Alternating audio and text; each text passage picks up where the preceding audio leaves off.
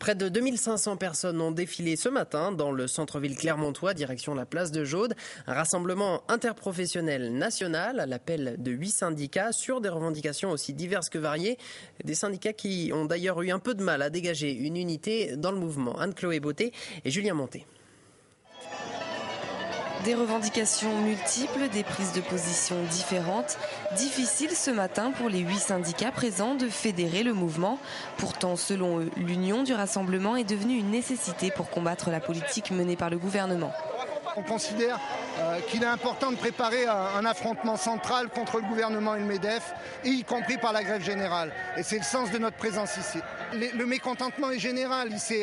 Il s'est concrétisé lors des manifestations où des millions de personnes étaient présentes et étaient en grève. Augmentation des salaires, refus des licenciements ou encore une aide efficace aux jeunes sans emploi. Chaque secteur a sa revendication. La plupart réclament le retrait des projets législatifs en cours, notamment la loi sur l'hôpital qui inquiète de plus en plus les employés de la sécurité sociale.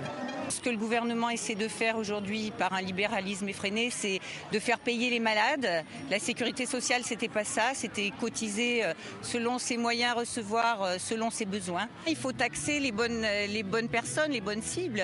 Il y a de l'argent dans le capital, prenons du capital pour financer la sécurité sociale. On n'a pas un gouvernement qui fait ce choix-là aujourd'hui.